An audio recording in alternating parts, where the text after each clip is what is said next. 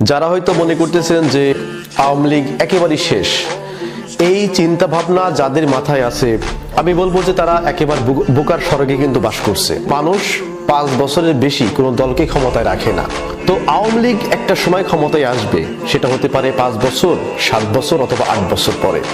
তো আওয়ামী লীগ যখন ক্ষমতায় আসবে, বর্তমানে বিএনপির যে সমস্ত নেতাকর্মীরা, কিছু যে সমস্ত নেতাকর্মীরা ক্ষমতার অপব্যবহার করতেছে এবং যারা যা নাই তাই করতেছে, ক্ষমতা পেয়ে প্রত্যেকটা মানুষের উপরে স্টিম রোলার চালাচ্ছে, নির্যাতন করতেছে, চাঁদাবাজি করতেছে, এই সমস্ত পাতি নেতাদেরকে এরকম গুনে গুনে আওয়ামী লীগ তাদেরকে ধরে আনবে।